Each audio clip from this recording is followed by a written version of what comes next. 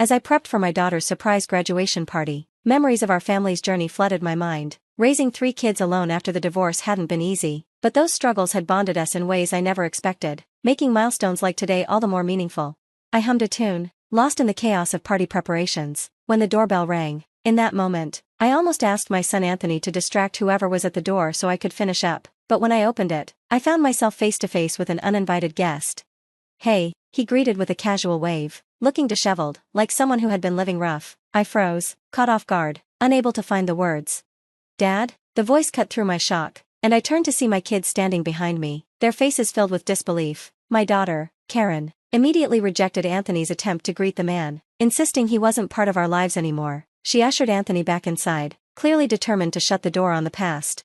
Mark, standing there awkwardly, tried to assert himself, claiming he was here to take care of us again. His words felt so out of place, so absurd, that we couldn't help but laugh, but his confusion quickly turned to anger, and he ranted about not being mocked, growing more frustrated by the second. "What's going on out here?" Another voice joined the scene, curious about the commotion. I took a deep breath, steeling myself for the confrontation. "Let me show you what our lives look like now," I said, stepping forward. "I'm Andrea, 35 years old, a stay-at-home mom who also works remotely. Life hasn't gone as I envisioned, but I've built a fulfilling career in engineering advertising, cultivated meaningful relationships, and found happiness in unexpected places.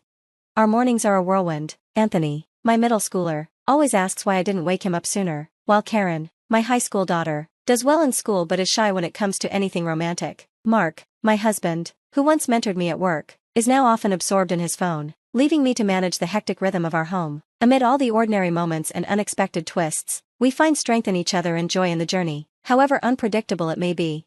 When I first met him, Mark seemed earnest, but his lack of attention to detail and failure to come through when it mattered were always evident. Back then, I never thought of him romantically, but his persistence wore me down, and eventually, I found myself at the altar, my first true acknowledgement that I could be persuaded. Recently, Mark's promotion to manager has meant more business trips, and while I'm proud of his success, his vague answers about his return dates and his irritation when I try to offer him comfort have been disheartening. At home, he's glued to his phone, often barely present, and his unpredictable arrivals have become the norm, with him expecting meals to be ready whenever he shows up. I've avoided confronting him about his late nights, unsure of how to address it. Today, as with so many times before, he was vague about his trip, and when I gently asked when he'd be back, his response was explosive. It froze the air between us. I stood there, holding a plate, stunned, apologizing for even asking. He didn't respond, simply walked out, his anger hanging heavy in the room as the door slammed behind him.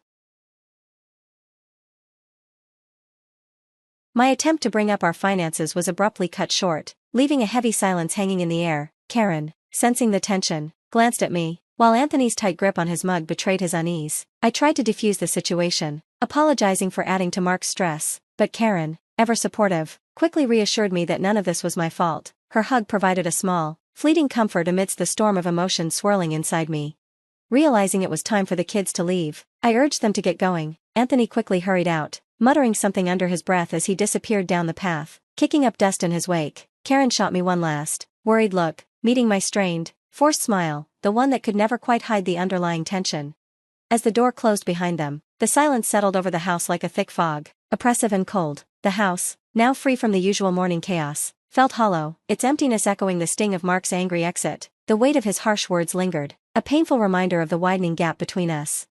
In these moments, I've learned to shove aside the negative emotions and push forward, even if it means talking myself into staying motivated. With Mark no longer contributing financially, the responsibility falls on me to ensure our children have everything they need. I've taken on a career as a graphic designer, knowing the income is unpredictable, but determined to make it work. Every day I remind myself to stay strong, even as I fold laundry, marveling at the single cloud in the sky, humming songs from my youth to keep my spirits lifted.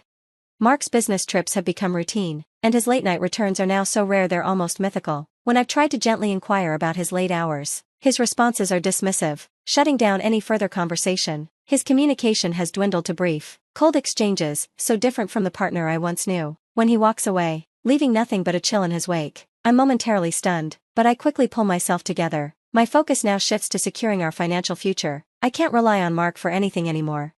I've carefully organized our finances into 4 accounts, one for my income and daily expenses, another for the mortgage, and a third set aside for emergencies. While the first account is stable for now, the thought of the looming mortgage payments fills me with dread. I push the anxiety aside, choosing instead to focus on the tasks at hand. But when I check the emergency account, I find an unexpected withdrawal, one that sends a wave of unease through me. My heart races. This is something my kids don't know about. Could this be fraud? But the withdrawal pattern doesn't match the usual signs of a scam, making the situation even more unsettling. A creeping suspicion starts to form, one I can't quite shake off.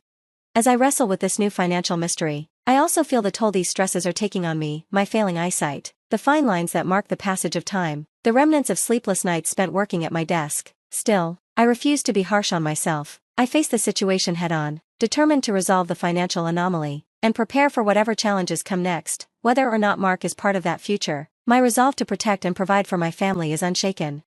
The idea of Mark returning home while the sun is still up feels like a distant dream, as impossible as the chance of a sudden hailstorm tomorrow. As I stand by the grill, watching the chicken sizzle, I brace myself for the inevitable critique he'll offer at dinner, his discontent with the meal, which will probably lack some imagined excitement. Cooking used to offer me a brief escape from the daily grind, but now, it's overshadowed by a sense of impending dread. I've been stewing over how to confront Mark about the mysterious withdrawal from our emergency fund. With the kids usually locked away in their rooms until dinner, I thought tonight might be the right moment to bring it up, but finding the right words feels daunting. Just as I'm about to gather the courage, Mark excuses himself to the bathroom, leaving me torn between relief at avoiding the confrontation and frustration at missing the opportunity.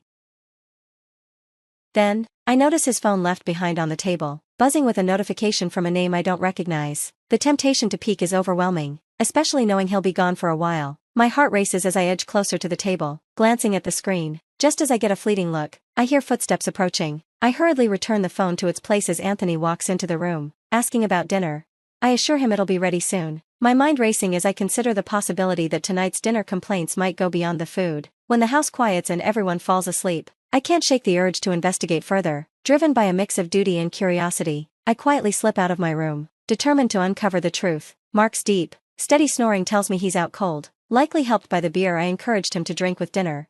The hallway is dimly lit as I make my way to his room, the air thick with the lingering smell of alcohol. I push past the discomfort, refusing to let the stench stop me. I reach his bedside, determined to get the answers I need. I stared at Mark's phone, its cable a silent tether to the outlet, a lifeline that I knew I had to sever to find the answers I needed. Unplugging it would light up the screen, possibly revealing more than I was prepared to confront. But the need to know, to understand the betrayal that had been gnawing at me, urged my trembling hands into action. With my heart heavy and my hands unsteady, I carefully unplugged the phone, pressing it against my chest to keep the screen dark. I tiptoed back to my room. The soft sobs I hadn't realized were building spilling over, and I wiped them away hastily with the sleeve of my pajamas. Once inside my sanctuary, I turned on the phone, my chest tight as I unlocked it and searched for the messages that had been haunting me. The conversation with Bruce was worse than I could have imagined. There were plans for future trips, casual mentions of using my savings, betrayals that sliced through me with a pain I hadn't anticipated. As I read through their exchange, a chilling calm settled over me, a quiet realization that the betrayals went far deeper than I had ever guessed. Photographs, secret plans, stolen moments. My earlier worries seemed almost naive now. I returned the phone to its charger beside Mark, moving silently, deliberately, trying not to disturb the sleep that masked the truth of the man beside me.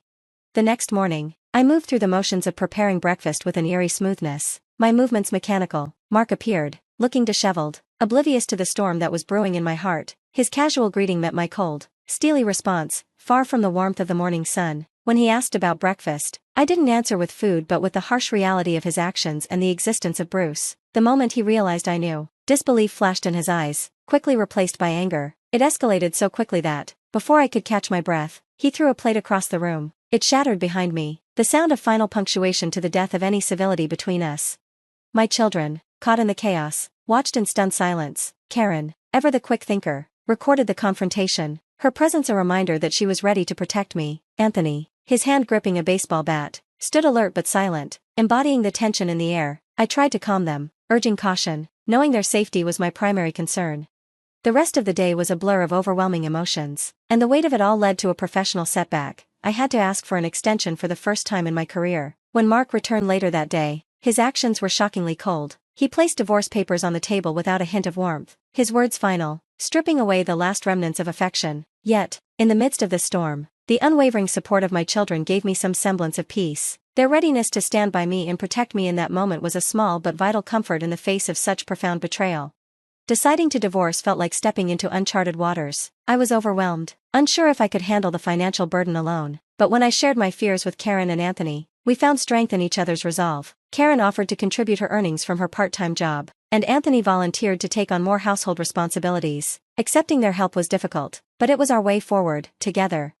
2 weeks after that heart-to-heart conversation, Mark's absence in our home brought a surprising sense of relief. My worries didn't vanish, but the atmosphere lightened. The weight of his presence had been suffocating, and with him gone, it felt like we could breathe again. With legal advice, we finalized the divorce. It was hard, but stepping into a new chapter with my children felt strangely hopeful, despite the challenges ahead.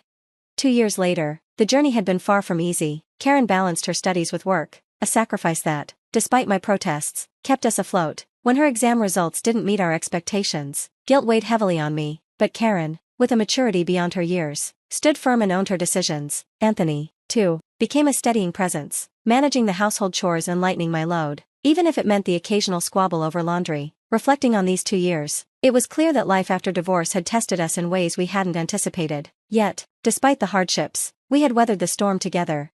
And now, as I prepared a special dinner to celebrate Karen's acceptance into medical school, my heart swelled with pride and gratitude. This dinner wasn't just a celebration of her academic achievement, it was a tribute to the strength, resilience, and unwavering support we'd given each other through it all. Together, we had built something stronger from the ashes of our past.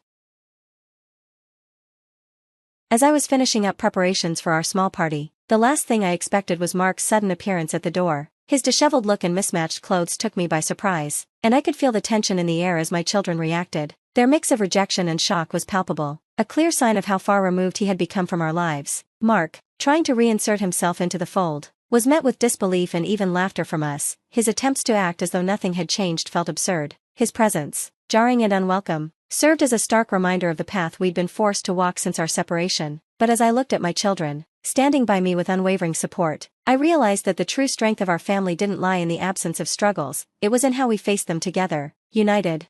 Gathering my composure, I stood up and introduced Mark to Frank, my husband. I hadn't spoken much about Mark to Frank, so the introduction was awkward, filled with tension as everyone silently gauged the situation. Frank, ever polite, offered a cordial smile, but the familiarity in his voice revealed his role as the president of the company where Mark was employed. Mark, however, feigned ignorance, and the moment became increasingly uncomfortable. Frank, with pointed remarks, subtly highlighted Mark's recent professional failures, which Mark denied with defensive accusations of infidelity. I calmly corrected him. Our divorce was final, and his claims were baseless, but the real revelation came when I confronted him with the proof of his financial betrayal. I showed him the unauthorized withdrawal from our emergency fund, money that had been meant for my children's future, not for his reckless spending. It was a significant sum, $50,000 of my late parents' inheritance, and Mark's actions bordered on criminal, with potential charges of forgery looming. Cornered, Mark had no choice but to agree to a settlement. He would return the stolen funds and commit to alimony payments.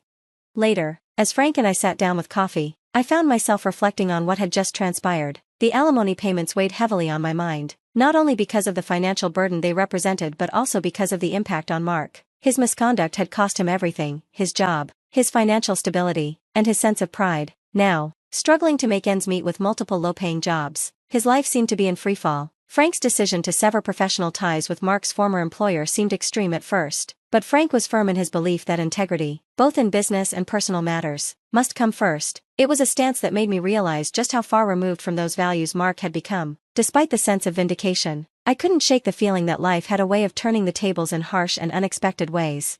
As we discussed Mark's downfall, I couldn't help but feel a strange mix of emotions. Mark's life had crumbled, his downfall punctuated by the loss of a major client and his job, leaving him struggling under the weight of the debts he'd accumulated. He'd been left to pick up the pieces of a failed relationship with Bruce, who had run up debts that Mark, as the guarantor, was now responsible for. Even as I listened to his sarcastic remarks about our children, Karen's success in medical school, and Anthony's newfound passion for law, I felt a pang of sympathy for him. He wasn't the man I once knew, but he was still the father of my children, and I couldn't fully dismiss that bond.